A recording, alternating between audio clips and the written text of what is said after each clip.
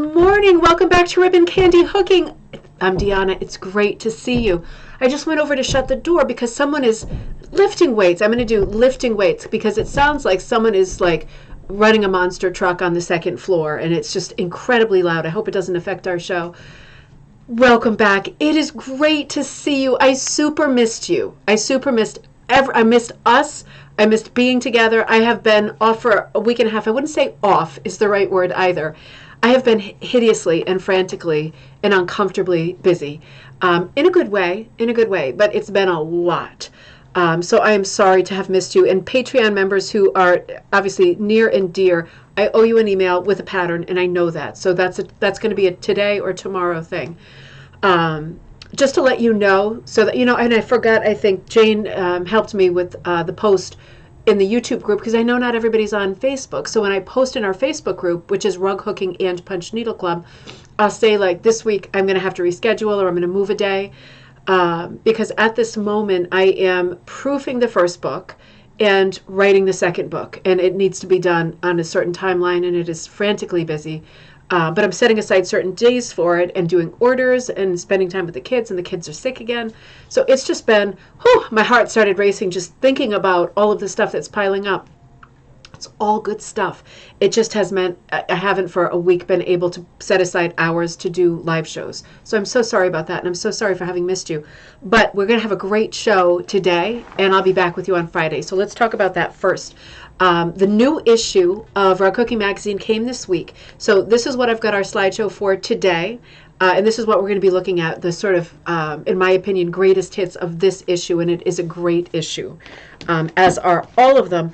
Friday night. So for Friday night, it's not quite gallery time yet. So I put out the word. I was talking to Jane about this, and Jane, I think, posted in the Facebook group, let's do a night where we're not necessarily doing a gallery night, but let's do a night where the shout out to you is, let's see your vintage and antique patterns, right? Things that you've done, things that you're working on. I mean, it sounds like Godzilla is like literally, or King Kong climbing the side of the building. I don't know if you can hear this. Or it's the Yeti monster, and he's like inside the building and headed toward me. So vintage and antique rugs, send your favorites, send ones you've done. And, you know, I'll go down the rabbit holes and add a lot of content to the night. But I thought, let's look at some old stuff. That also includes vintage equipment, right? We know our friend Ryan Richards does like the huge scale, what is it, Easy Tufters? Is it Easy Tufters, something like that? The really large patterns, and he uses a specific gun that he likes. It's a manual one, not the plug-in. Everybody, not everybody, but many people do use vintage supplies and tools, and I'm really interested in that. So let's talk about that on Friday. Send me pictures of vintage rugs, your rugs, family members' rugs, favorite antique patterns, that kind of thing. And we're going to go right down the rabbit hole on Friday night with looking at some of these vintage and antique patterns. So a nice, cozy Friday night for us. I will probably be for at least the next month running shows twice a week. And the ideal for me will be Mondays and Fridays, just because cutting the hours out that it takes to do the third show with the content is another day of work for me. And I have got to get this book done, or there's going to be a real problem, and get the first book out, or we're going to get postponed again. So, it's really good to see you. Anita, good morning. Thank you. I am back. Carrie, Jane, good to see you. Happy coffee time. Carol P., happy coffee time. Linda Ann, good morning. Linda H., good morning in Massachusetts. Robin, good morning. Great to see everybody. It's just good to be together again. Crystal, great to see you. Happy International Women's Day. I forgot to say that. That was the first thing I wanted to say. I've been seeing some beautiful posts about Women's Day. Happy Women's Day to all of the women who are on today. Happy your day. And Linda B., good to see you. Andrea, great to see you too. Very wet in the UK. Oh, I'm sorry. Dave, great to see you. I'm just catching up on your comments. Doreen, great to see you in New York. Mom, you are on. Good, I was going to send you a message. Good to see you. I love you. I miss you. Courtney, great to see you. And Sharon, all our buddies are here. Ryan, happy Wednesday. You're not usually at home at this time of day, are you? I'm happy that you are. I'm happy that you're there. Lindsay DePaul Records and Framing Pieces to ship. Oh, excellent. Excellent. Okay, excellent. So the show is coming up. I'll just recap. And thank you for the reminder. I'll recap. Coming up on the date got moved by one day. The opening is going to be for the Story Rugs show and Van Gogh rugs. April, so next month. Oh my God. April 16th, Sunday, is like the big party, and there's a few things happening in the gallery, that in the different gallery spaces in the same building that night. So it's not like it's just the rug thing. The rug thing is where I'm going to be all night with the band and the rug thing. But upstairs there's another event going on. I don't know if I told you this. I think it's the daughter of the guy who either was in or wrote the sitcom The Goldbergs. It was like the first ever sort of Jewish mainstream sitcom on TV, and a big deal. So she's going to be there, and she's trying to promote her dad's legacy and remind everybody about what great work that was. So she's going to be in the same building on the same night upstairs doing a presentation on that. I'll be downstairs with all of our rugs and answering questions and visiting and having some food and drinks and listening to the band play. It's going to be a great night. So that's Sunday, April 16. And if you want to send a rug in, just let me know you're sending it. I will be sending out, or probably Jane will be sending out soon. Jane, I love you so much. Like kind of a form prompt so that we can put together plaques, text plaques. Whoa. To put next to each piece. And you know, that reminds me. So let me show you. I got such a surprise just now before we start our content. I got such a great surprise. I got a box. Let me show you the box. It was a box that was covered up with this paper. I got this morning, and it had like all these cute symbols, the peace sign and plus heart equals art, peace and love equals art. I love it. And then this cute drawing, can you see, of the camper and the kitty? And it said from Dawn Collins, and I thought, Dawn Collins, that name sounds familiar. And I realized I follow Dawn Collins is an artist, and I follow her on Facebook, and I often write on her threads because they really resonate with me when she talks about, she says she has a lot of chaos in her life and a lot of noise, and she really finds the way through it with art and being creative, and that resonates with me a ton. So I've written to her a few times, but I didn't realize that she knew who I was. And she sent this beautiful rug for the show in April with a beautiful note saying she watches the show and all kinds of kindred spirit stuff, which made me feel so warm and happy. But she sent this beautiful rug. Let me see if I can pry it open with my arms. It's a yarn hooked rug. And she said she says she's been watching the videos and watching the show and hooking, and all of this has symbolism and meaning that I'll share when we put it up on the wall for the Story Rug show. But my word, isn't that gorgeous? Made me so happy to get that message. It made me so happy. I absolutely love this piece. And you know, all of these pieces, like we've been looking at the Van Goghs and stuff, and I have another one too I want to share with you. Oh, how pretty is this? Okay, wait a minute. Let me put this somewhere safe. Hang on. I'm going to put it right here for now. Right up on the mantle, chip. And let me see. Marilyn sent this. Marilyn sent two pieces, I think. I think this is two pieces. I'm unrolling this right now live so we can look at it together. And let's see. Here are my two rugs. I used mostly acrylic yarns. I haven't tried wool yet, but plan on it soon. I need so much because I like a lot of color. I just use a large quilting hoop. Excellent. The bear is my first rug hooking project. I got interested from YouTube. Okay, and she said, before that I painted, this is Marilyn, before that I painted with dye and quilted my paintings. Oh, how fun is that? Thank you for inviting me to be in the show. I'm so excited. Marilyn, these are, I haven't opened them yet. These are so beautiful. Marilyn, I'm so happy that you're in the show. I'm so happy that you're there. I'm so happy that your work is in the show. When I got this out of the box, I thought, I got to open this live, right? This is really a substantial moment in time. I'm a bit of a mess today, sorry. I'll pull it together eventually. Just busyness. All right, let me see. I'm untying these beautiful little yarns, and let's see what we've got. I think we've got two. So the bear is her first ever piece. This is crazy. This is crazy. Oh, what? Okay. Oh my God, wait till you see this. Okay, I'm going to be really careful for the hanger too. You have got to be joking. Okay, so these are two for the show. These are both for the storytelling aspect. I remember this. I remember we were talking on Facebook now. I always remember in the end. You know, it just takes me a minute. Look at this. And it's hanging on this birch rod too. I mean, is that not, I'm going to stand back a little bit. I don't want to mess up the birch. And if you're sending stuff, you don't have to send it on a hanger, but man, do I love this. Are you kidding me? Right? Are you kidding me? Your first piece, Bear with Blueberries, Marilyn. This is unbelievable. You know, I'm not even sure that you should be switching from yarn. It looks like this is your thing. I mean, it's always good to try different things, but holy mackerel. Isn't that crazy? Super, super, super fun. Let me bring it in a little bit. This is truly amazingly done. And the backs don't matter. I don't care about the backs at all, but the back looks beautiful too, because I'm seeing the back as I show this. I'm going to look at it after the show too, and admire it and ogle it. I'm going to be really, really careful. That is so beautiful. Was that not crazy? Let me see. See if you're doing your comments. Linda Ann says, I'm always jealous because it takes forever for the magazine to reach you in Alberta. I know. Crazy, right? That it can be that different. Kirsten, good to see you. Karen, good to see you. Shannon, good to see you. You can't hear the Godzilla in the background. Good. They've I was just going to say something awful. I don't hear the noise anymore. You know what I was going to say, right? It's a lot. I mean, it's a lot. I don't equate exercise with noise. I mean, when I exercise, I'm basically, my noise is like, and it's like nothing comes out. So when I hear that kind of noise, I'm just thinking, I just don't get that correlation between like, throwing weights across the room. And I mean, I just don't get it. I just don't get it. All right. Oh, this is the other beauty. Look at this. This is Marilyn's other one that she sent in.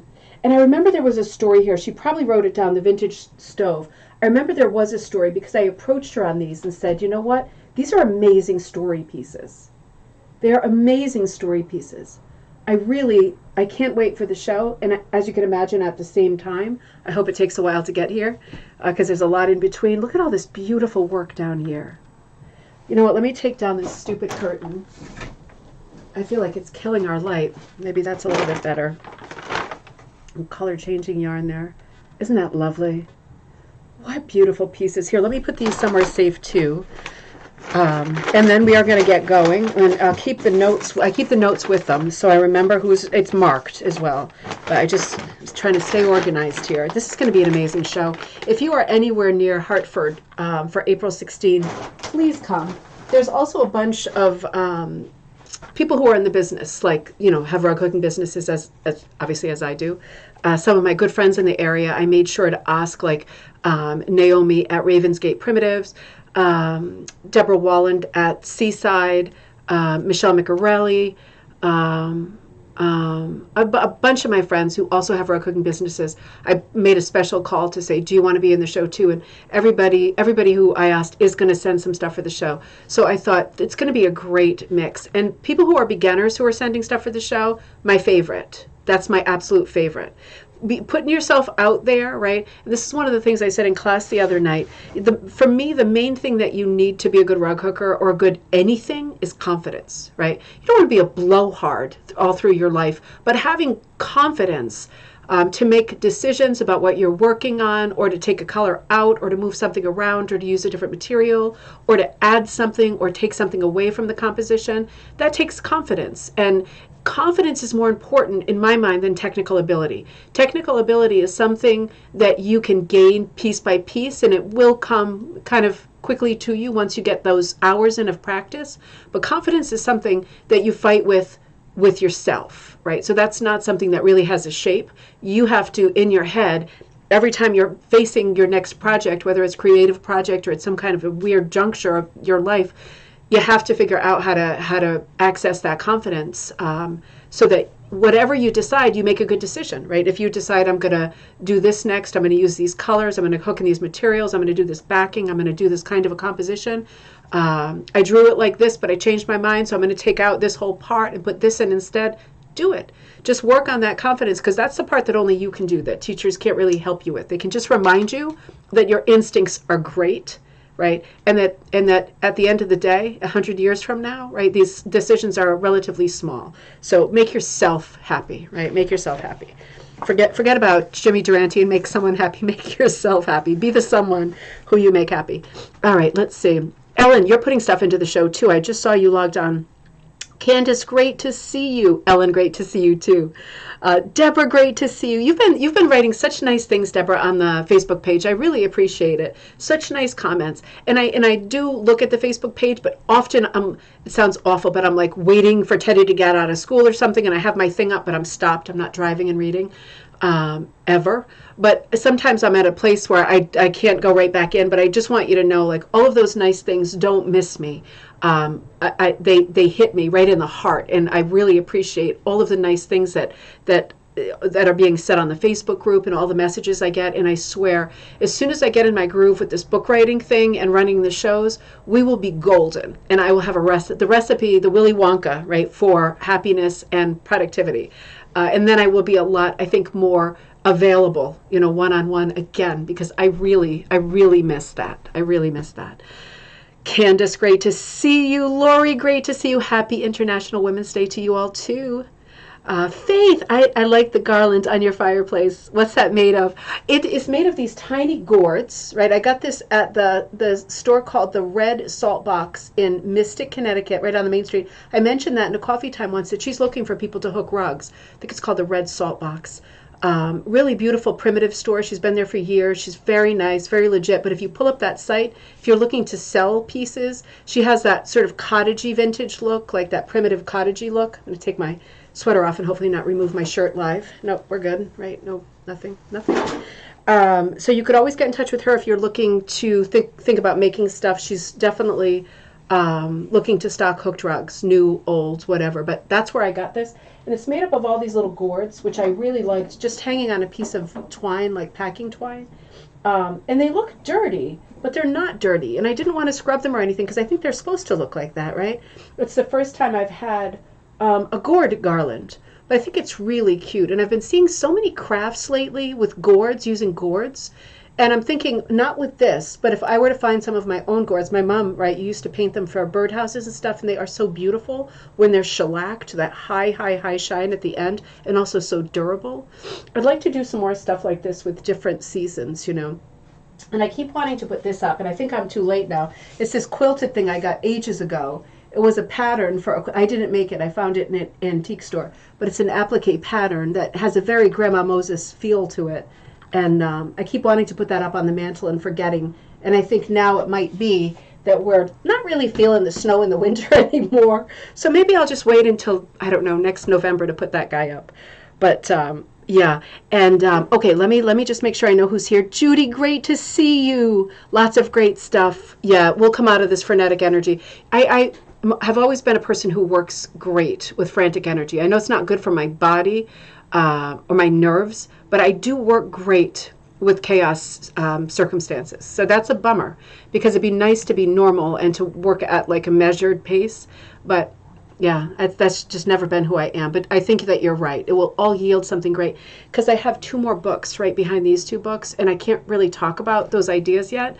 But it's more than it seems.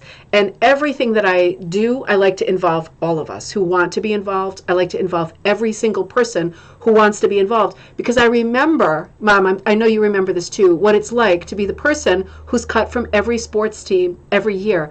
After you buy the cleats, after you buy the field hockey stick, just cut, right? Not even given the chance. I never want to think about that again, and I never want to do that to anybody else. So everything that we do, project-wise, gallery-wise, shows, books, everything, it's about us as a group. It's about all of us. And all of the bits and pieces, we make up the whole industry together, right? So we celebrate each other every single time we get together or work on a project together. And it will continue to be that way with the future books, too. Jay, oh, you're on. Good to see you. Karen, April 16th is your birthday. You'll be in Fiji. Well, I will be recording the whole night, so that'll be a treat for you on April 17th when you're finished celebrating your birthday. Oh, Ryan, I'm so honored that you're sending those pieces, because you know that it is safekeeping with me. I'm very, very careful, and you know how much I love those pieces, and I will send them back. Just kidding. I will definitely send them back. I love them. Carrie, Seinfeld had an all-Jewish cast. Yep, but they didn't really talk about Jewish holidays. No, not that much. You're right. I think the Goldbergs, I never watched the Goldbergs, so maybe somebody else knows more than I do about it, but I think they were a little, definitely earlier than Seinfeld. I think more like, was it 1950s, 1960s? And I know some people have watched the show and said, oh my gosh, it's such a funny show. It's a classic. But it was a little earlier than the ones I watch. And I don't know how I missed it all these years. Wow, yeah, they were lovely. I'm just catching up on your comments. Oh no, Ellen, you're fairly close. You're in Mass. We can meet, or if you want to ship, you can ship. Whatever you think. Anything's fine. Anything's fine for me. If you're worried about the shipping, I go back and forth to Massachusetts enough that we could work something out together. So whatever you think, or you could just bring it the day that we're hanging. If I know the size and I can get the plaque ready, that works too. So if you're local and you're worried about, Ellen, I'm not saying you're worried at all, but if you are local and you'd rather not ship stuff to me and you'd rather bring it when we're hanging it or bring it to the studio here in Bethany, Connecticut, also fine. Any scenario is fine for me. All right, her first piece, I know, Courtney, wasn't that nutty? I know they were both, and it was a bear, so that was maybe a little bit of a pun. A little bit. Just catching up on your comments. All right, don't want to miss anything. Marion, great to see you. It was gorgeous. It was gorgeous. And a huge thank you to all my buddies out there. I'm seeing your names who are helping me hook who are doing it for me, hooking pieces for the Design Like book. I've only one piece that needs to be assigned at this point, and it's for the storytelling chapter. So that is the last one, and Jane might take that one. Jane's already got two, so it's a lot. Brenda, good to see you. Darlene, good to see you. Oh, so happy that you're there too. I'm going to stop running my mouth and I'm going to get going. Forgot to mention 86 degrees. Brenda, remind us where you are. That's quite warm. That's quite warm. That doesn't even sound good. It sounds a little sweltering. Gallery night will be coming up the week after. So make sure that you don't send stuff to me for this coming Friday night that you'd rather me use on gallery night, right? So Faith, I know the applique was so pretty, right? Yeah, you want to add that to your skill set. We should do that too with wool. We should work on applique stuff with wool that crosses right over to quilting too, just so we have another feather in our caps, right? Because applique is very easy to do, and especially with quilt stuff like wool applique, because that was cotton, that one I held up. But the wool applique stuff is so nice because it doesn't really fray. I mean, it frays a tiny bit, but you blanket the edges or buttonhole stitch the edges, which is the same, right? And we'll do some videos with that. And we'll do some projects with that. By the way, the live hook along is this coming weekend, and there are, I think, 2 or 3 more kits that are ready to go out the door. So if you want to join in on the hook along, I will be hooking little foxes. If somebody has the info, if you can put it into the thread. I forgot to put that night, and I can't remember off the top of my head, but I know it's this weekend. I will be logging on and hooking a project from beginning to end with the same kit that went out to everybody who ordered little foxes, and there are a couple left, and then that's it, because it was a very inexpensive kit, and it's for fun, and it's to get started or to enjoy, even if you're not a beginner. So that will be coming up, and if you are a Patreon member, you will be sent the link to the private sort of viewing where we're hooking along. If you just want the company and you don't want to do the foxes, you can just log on and have that company. So that's one of the perks of being a Patreon member. Otherwise, it'll be essentially a live class, not interactive, this format, where I'm hooking from beginning to end. So I will be on for a couple of hours until we finish the little foxes together, minus Betty Davis, right?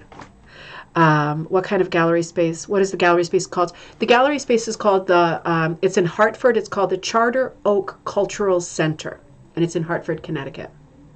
Sally says, hate is hate. Designing gender assaults is not life. Designing gender assaults is not life. I feel like I missed something there. Oh, I think I missed something. Designing. Mom says our family's talents were never sports. No, that is true. That is true. Oh, I missed a bunch of comments. Sorry about that. I'll see if I can catch up later. All right, there's a lot of buddies on. So let's get going with this episode of Coffee Time. Business aside, if I missed anything, just send me a note and I'll pick it up at the end. But this is the latest issue of Rug Cooking Magazine, and I know people who are way on the West Coast and in Canada maybe have not received it yet. But it is a super lovely, you're welcome. It is a super lovely issue. It's very different. You know, it's another thin issue, right? And I'm not going to miss remarking on that because we talk about every aspect of everything that's happening. These are smaller issues lately. I'm not going to pretend that I haven't noticed that these are smaller issues. But what I do think, they're smaller issues, and incredibly the cover is like the thickest cover I have ever seen on any magazine, right? The front and back cover, really thick. So real upgrade with the cover, it's super thick. Like it's going to be easy to give myself a paper clip. So I'm going to, paper cut. So I'm going to stop doing that. But really, really substantial. I will say that even though the magazine is not as thick, the last issues have been fantastic and very focused, right? It used to be that my impression, and I always have loved the magazine, always loved it, and I have every issue. Going back to News and Views, right, before it was Rug Cooking Magazine. I have all of those too. It used to be like I'd flip through and there was a lot of sort of scattered themes. It wasn't really thematic. Not that it's completely thematic now, but it just lately, these last issues just seem to be very organized. Maybe that's the word. I look through it and it just seems like, even though they're smaller issues, it seems like really packed, right? Ironically, really packed. So I want to hit some of the main quality versus quantity. Linda, that's it. That's absolutely it. You know, we all hook rugs, right? And we obviously have access to the internet because you're watching me now. We can all look at stuff. You can go down rabbit holes, right? But with a magazine or with any periodical, I don't know about you, but I know that I want content. So I even read like the note at the beginning, right? Like I read stuff like that. Because I really want to know what the overarching themes are and what to expect with this issue. And I like some continuity, right? And I like the issue to be cohesive. And I feel like they have been extra cohesive lately. So there's like pluses and minuses. And yeah, we don't need like a sort of laundry list book of images of hooked rugs, right? It's great to have, the magazine I think is moving toward kind of just very focused articles that are a handful, but really high end and very interesting in terms of not just design and inspiration, but also technique, very technique heavy. So let's start looking, and you jump in. Maybe some of you have the magazine already. You jump in when you're feeling it, and let's see what we got. So this is the cover. The issue is volume, what is this going to be? Volume 34, number 5, March, April, May, 2023. So this is the time of year that the magazine moves from being bi-monthly to tri-monthly, right? So because this is March, April, May.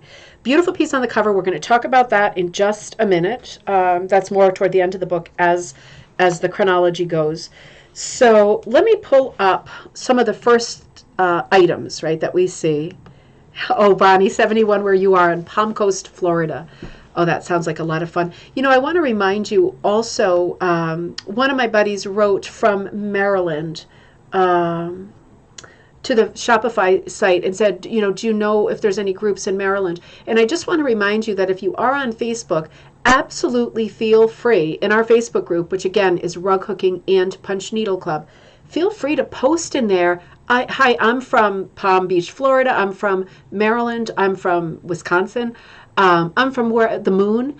And is anyone else from the moon? And that is a really appropriate post. And I really appreciate seeing those kinds of posts up, because then I know that you're finding each other out there and getting together in person, which this is great, but that's even better, isn't it? So always feel free to do that, to use the platform that way. If you're in the group, you know that people use the platform for all kinds of things they shouldn't be using it for. So it's nice to put something out there that is like a feeler to meet some buddies. I always am a huge advocate of that. So this is the first proper article that we sort of experience in this issue, and it's called In a Flower Garden. Welcome spring with this free-spirited project, and both the story and photography are by Gwen Dixon. It really is a lovely article, and as with all of the articles in all the magazines that we look at, it's mostly like 2 or 3, right? But you know, I'm not going to show you everything because, oh, that's right, Linda, Jay's list of state-by-state members is there too. That's true. I forgot about that. So that's always a good thing to, yeah, and Jay's adding, we have the meet up thread. Forgot about that. I'm sorry. I'm not on the page as often as I should be, right? That's clear. But yeah, so finding each other is a great thing. And I always like to know how that goes with photos and stuff too. So Gwen Dixon, so this is the first piece here that we're seeing, the large piece on the left, right? This is called Flower Garden Mat, designed and hooked by Gwen Dixon of Riverview, New Brunswick, 2022. And I'm just going to change my glasses real quick. And as with everything, this is where I left off. All of these magazines, I'm looking at certain articles and not in completion, right? Because I want you to be inspired to subscribe to the magazine and to get the copy of the magazine. I don't want to give all the content out like a giant spoiler. So we are only looking at a few images from the different features, so as not to be a spoiler. And there is so much more in the pages, right? So this article starts out by saying, and again, this is Gwen Dixon writing, Dixon, I love flower garden plans, those simple line drawings that indicate the direction of the flowers, growth, and the size and proliferation of leaves and petals, and the careful consideration of the placement of flowers and plants according to height, color, and companionship. These garden plans themselves are works of art, and they inspired me to hook a mat. This mat was not made with a pattern. It is not a direct representation of one of the flower garden plans. Instead, it is an example of spontaneous hooking and a compilation of ideas from a few garden plans. So on the left, right, this, I see exactly what she means, right? If you also love gardening or you see garden plans, sometimes these really strike you as being a great composition because the colors are kind of sorted for you while the color planning is being done. It has levels of deliciousness according to what your favorite palette is. And certainly like sings of springtime and growth and new beginnings, right? These images that are on the right, she wrote, here are 3 flower garden plans from Better Homes and Gardens that I really like, used with permission from Better Homes and Gardens. So this is the source of inspiration for Gwen with the rugs that we're seeing here in this first article. And then there's pages like this. This is not the complete article, but she will walk you through the making of these mats, because even if you're looking at a garden plan, right, there is some level of spontaneity that needs to happen to execute this kind of a design, right? Because they are wildly colorful and they have to be in part improvisational. So the article itself, the body of the article is very meaty and talks about how to make a spontaneous flower garden, how to prepare to hook, lots of tips in there, like lots of tips. 1, 2, 3, 4, 5, 6, just on this spread. 1, 2, 3, 4, yeah, 5, 6 just on this spread. And she's showing you the different materials. She's saying hook your garden. She's really walking you through it.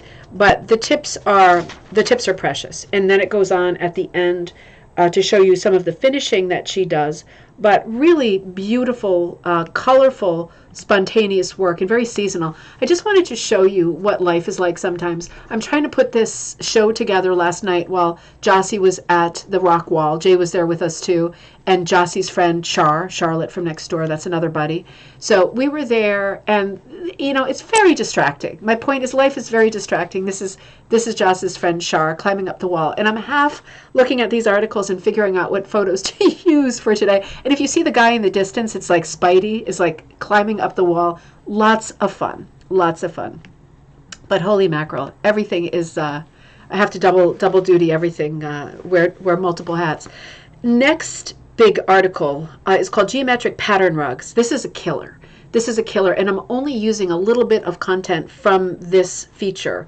It's tagged the perfect project for an inspiring change of pace, text and photography by Susan Cunningham. And we often look at Susan's work. It is really lovely. This is a full blast article on geometrics, abstracts, really lovely.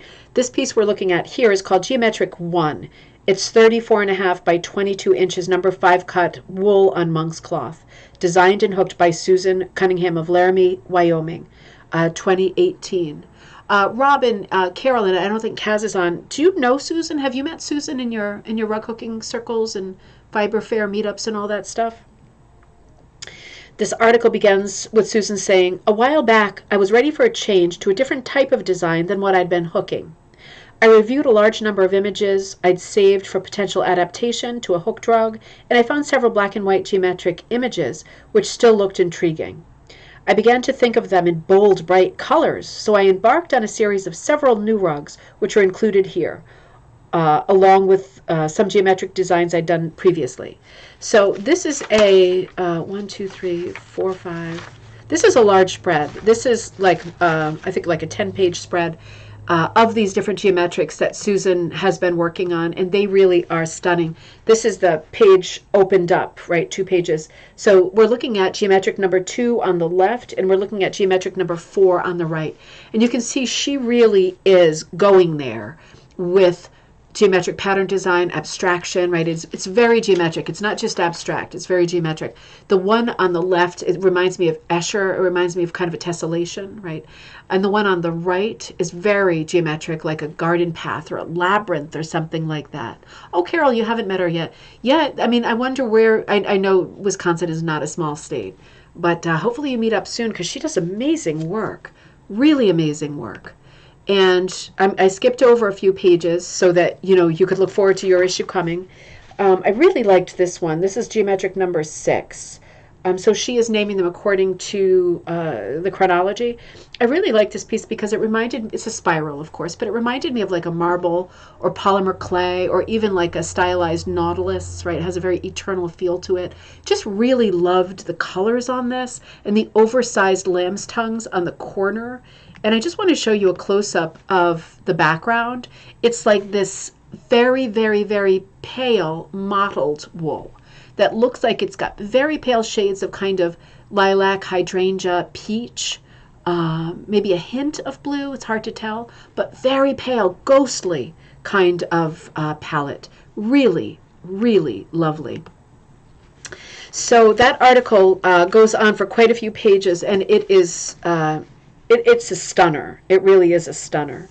So that'll be something to look forward to. The next feature in the article is called Hatching a Charity Challenge, Supporting Ukrainian Relief Efforts by Hooking Traditional Eggs.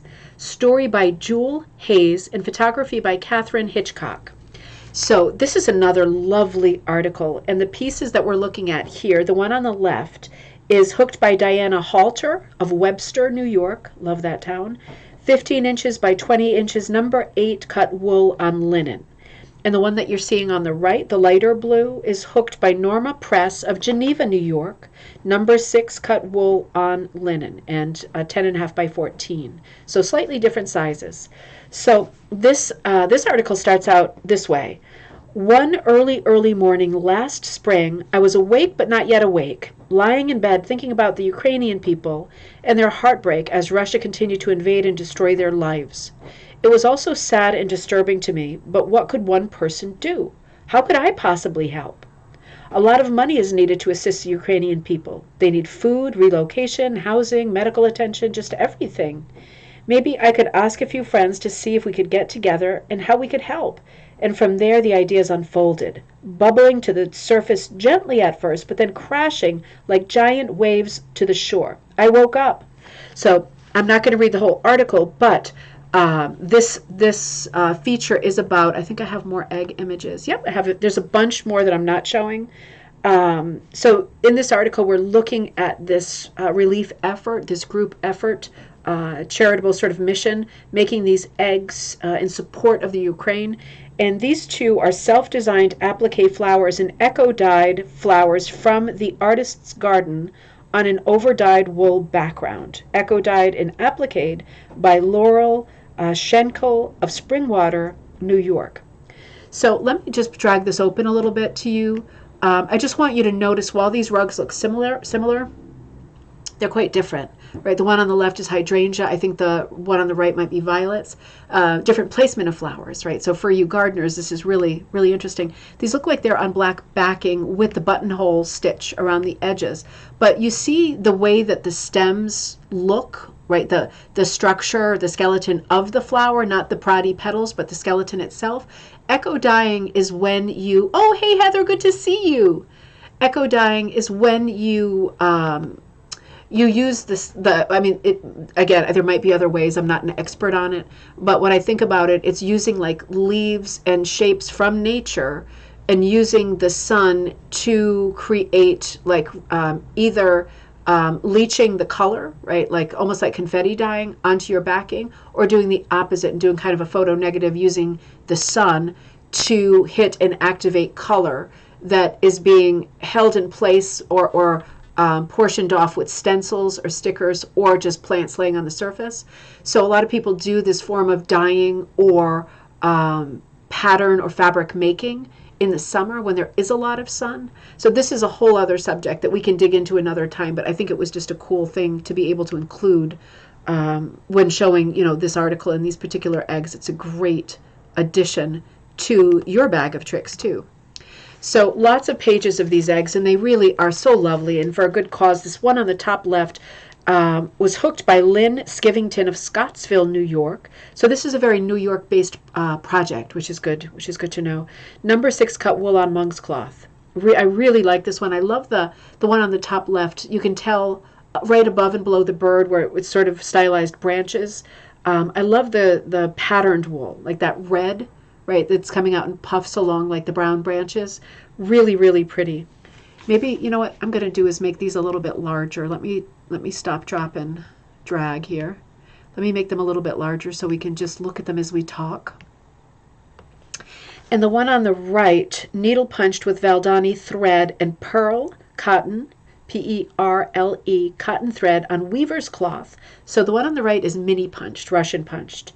Needle punched by Jewel Hayes of Bristol, New York. Really lovely all over pattern, isn't it? It reminds me of like a nice wrapping on an Easter egg. And down at the bottom, let's come down here and look at these two. So the one on the bottom left is by Joanne Burnish of Pittsford, New York. Number 5 cut wool on linen. Really lovely. What a pretty stylized flower, right? That is really pretty. It doesn't say the size on that, but it must be fairly small. Because it's a number 5 cut and it looks primitive, so it looks like it's a small piece. Really pretty the way that it has been sort of appliqued onto a piece of blue felt by the look of it, with a pinked edge, right? The one on the right seems to have that too. Like using pinking shears, you make the pinked edge that won't unravel. You could do that on regular felt from the craft store, or which is usually acrylic, or wool felt, or blend felt, or just plain wool. Right? If it's heavy enough to be able to handle it, and the pinking should stop it from fraying. So that's a good end technique. And over on the right, Oxford needle punched wool yarn on monk's cloth, needle punched by Bonnie Brunswick of Cohocton, New York. Another beautiful design. I love the colors here too, with a very salmony kind of. This reminds me of the Dharma color, flamingo pink. So it's got that coral feel to it, but a little bit light.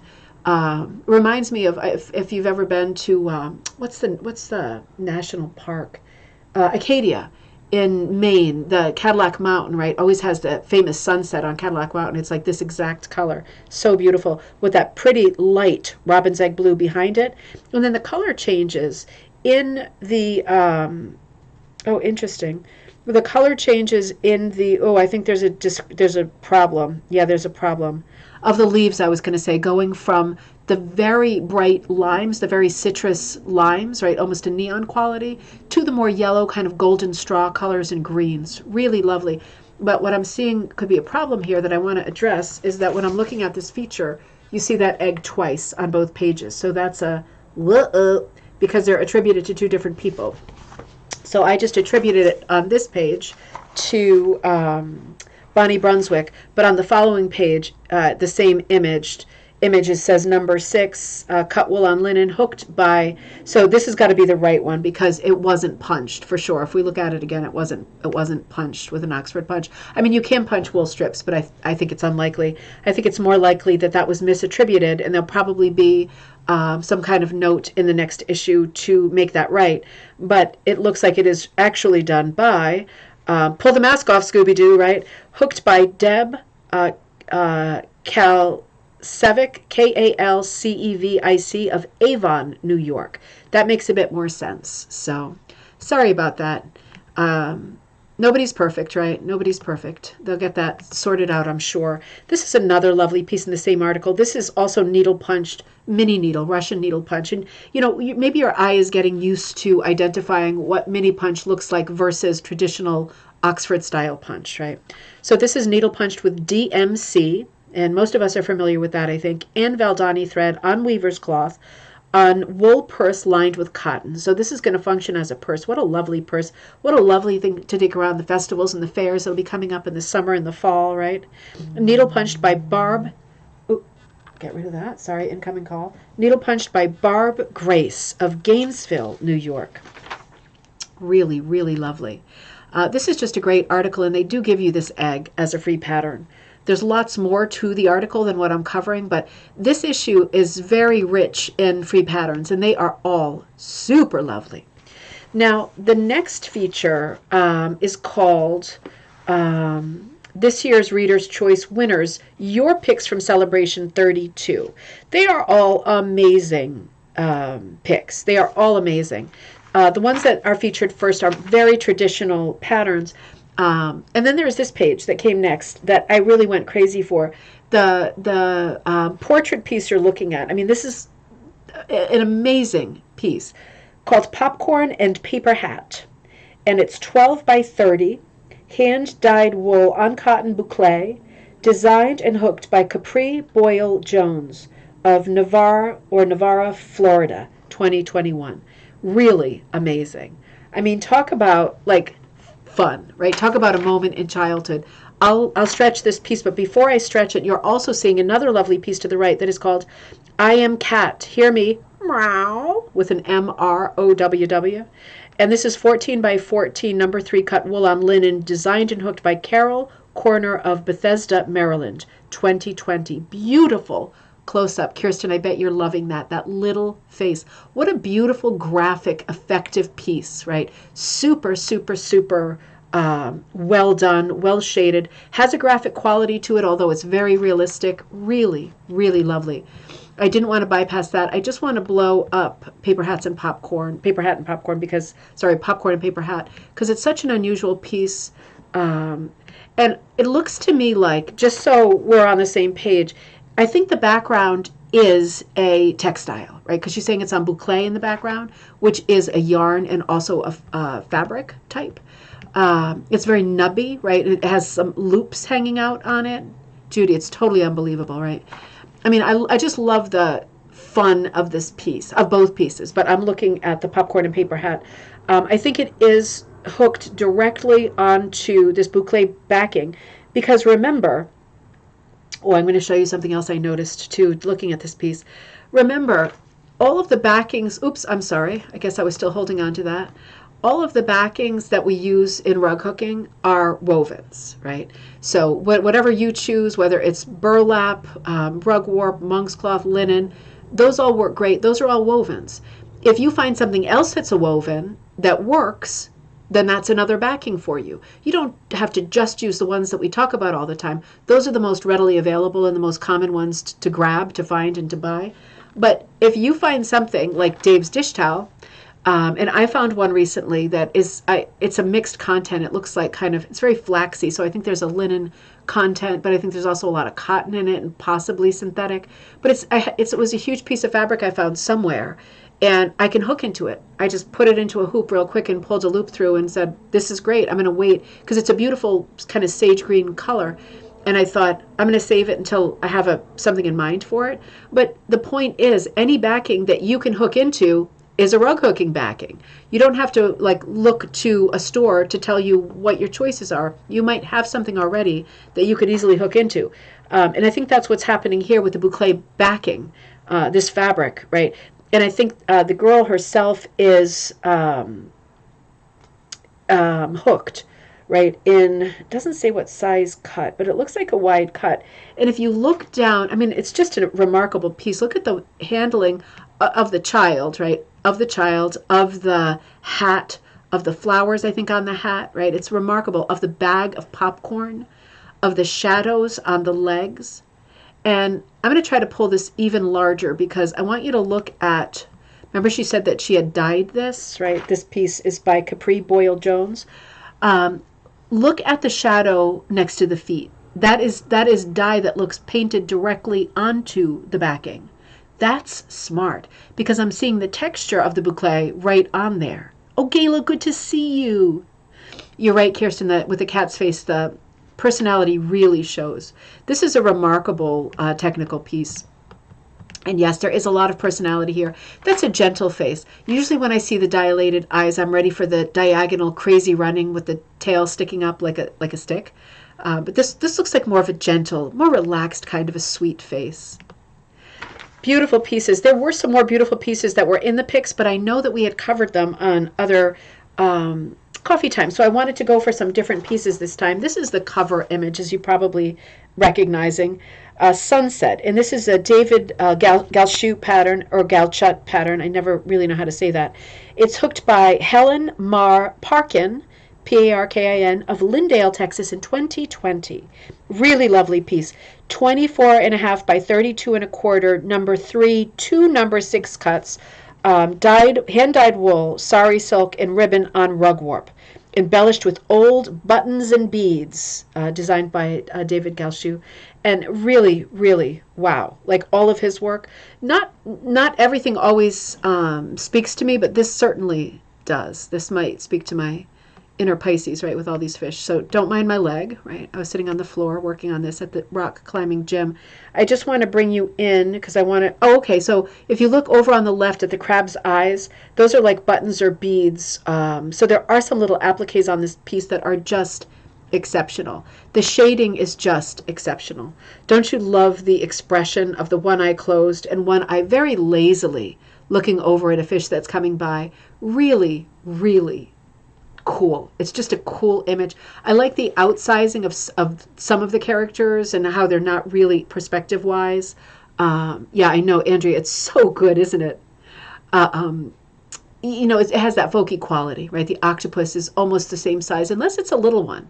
I mean, I eat the little ones at the sushi restaurant, and they are small. He's kind of on a par with this little seahorse and the clownfish and all that stuff. Really wild piece.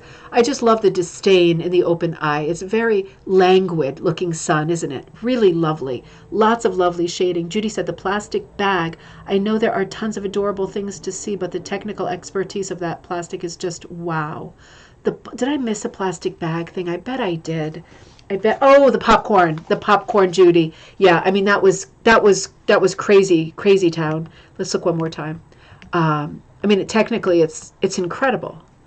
It's incredible, and the shadow on the shirt. I mean, it's an astonishing piece. This is way outside my skill set, but realism is in general. I like the shaded sort of roots of the hair too. And the light just kind of kissing the bottom that would be peeking out from under the paper hat. It's just such a fun piece. Such a fun piece. Those are the moments, right, of life that you just live for, those little moments. The sun is a masterpiece, Carol. It is so beautiful. And again, as with all the Galchut pieces, I think the color planning is exquisite. The cool versus the warm is the kicker with this, isn't it? Because we've got these kinds of plumes or flames of sun that radiating from this very disproportionate, very, very small flames radiating from this cool sun, right? The color of the sun is more of like a cool, like a yellow heading into a nutty kind of pistachio kind of a color, like the shell. And then it has these cool blues, but it's framed in these warm oranges and yellows and reds. And that is the thing, isn't it? That is the device. That is the prestige, getting this kind of color play with a pattern this complicated.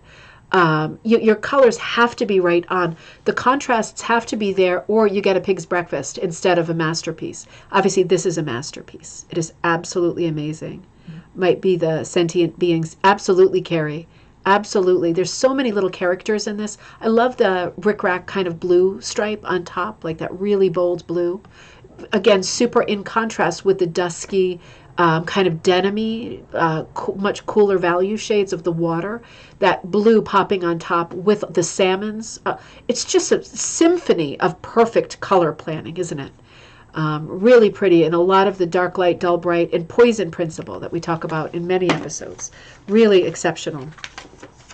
I'm moving forward again. I'm looking at pieces that we looked at length when we were looking at the Sauter Village photos, most of them being Karen's, right, after that event. So I'm not returning to the same ones only because we've seen them and we love them, and we've looked at them and ogled them like crazy, and we will always love them, right? But I just thought, let's look at ones that I don't think we've seen yet, including this true masterpiece called Summer Journey.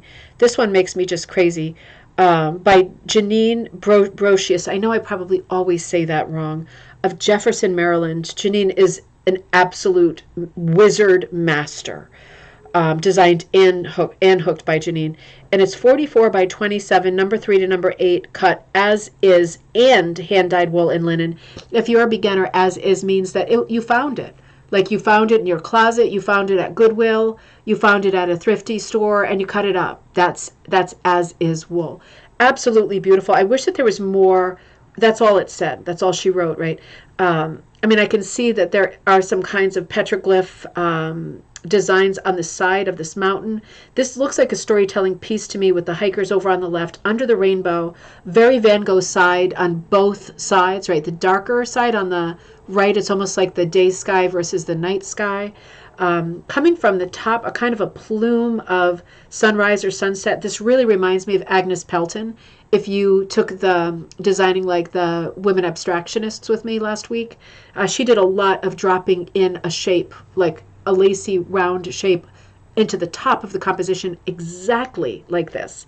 Really, really stunning and effective, right? And there's a shooting star over on the right, a rainbow on the left, so both signs of good luck. I'm working through this as we look. There's a canyon type souvenir kind of piece on the right, that brownish structure, and I'm wondering if that relates to a specific statue or a national park.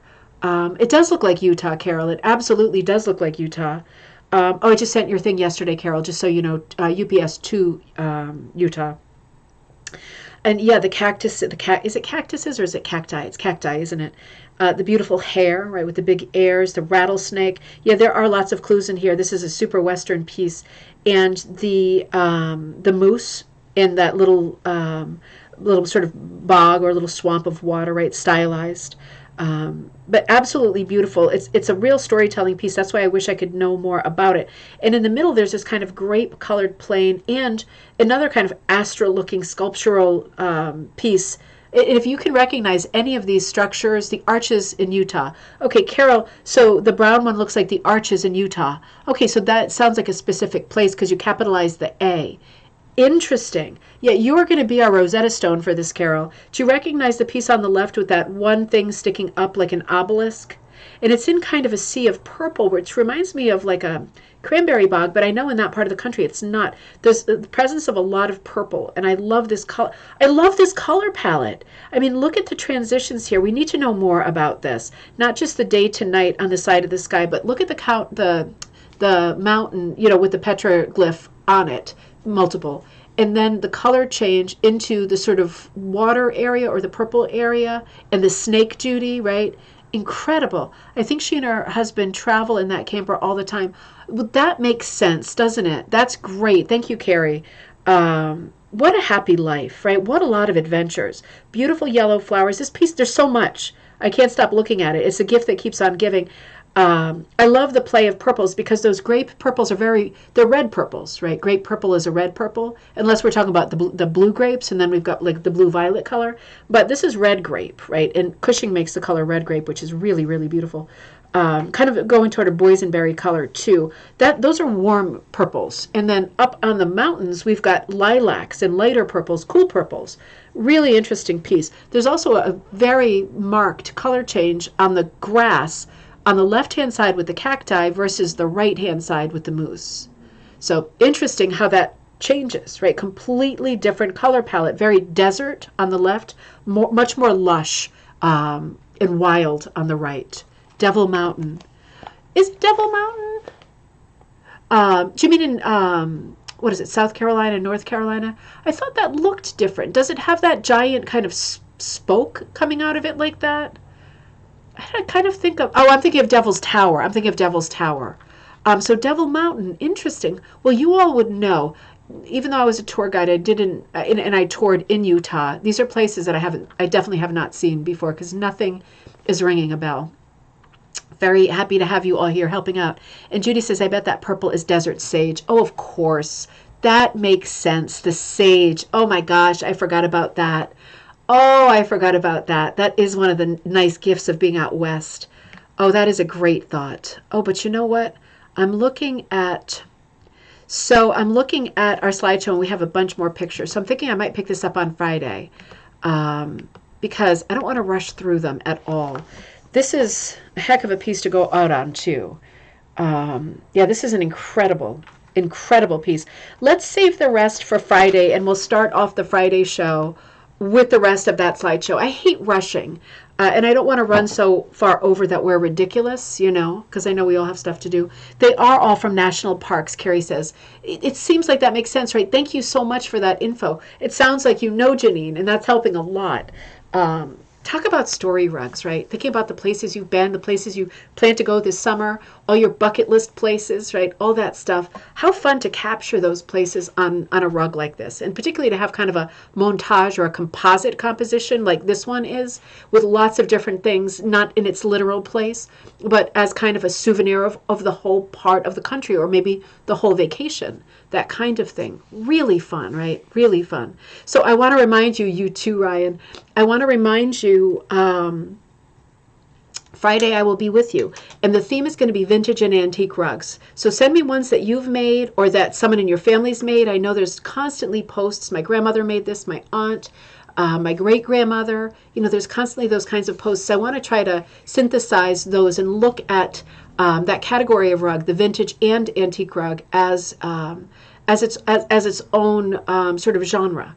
So I will be adding to whatever you send me by going down the rabbit hole many times, and probably adding a bunch of trivia questions too, so we can really play and have fun on Friday night. So that is coming up on Friday, and also the hook along is coming up this weekend, I think Sunday. So if you do order one of the little foxes, make sure you do it like today or tomorrow. Of course, you can always order it and then watch the replay of it later, but it will be, I would think, minimum 2 hours that I'm hooking it. It's a small piece.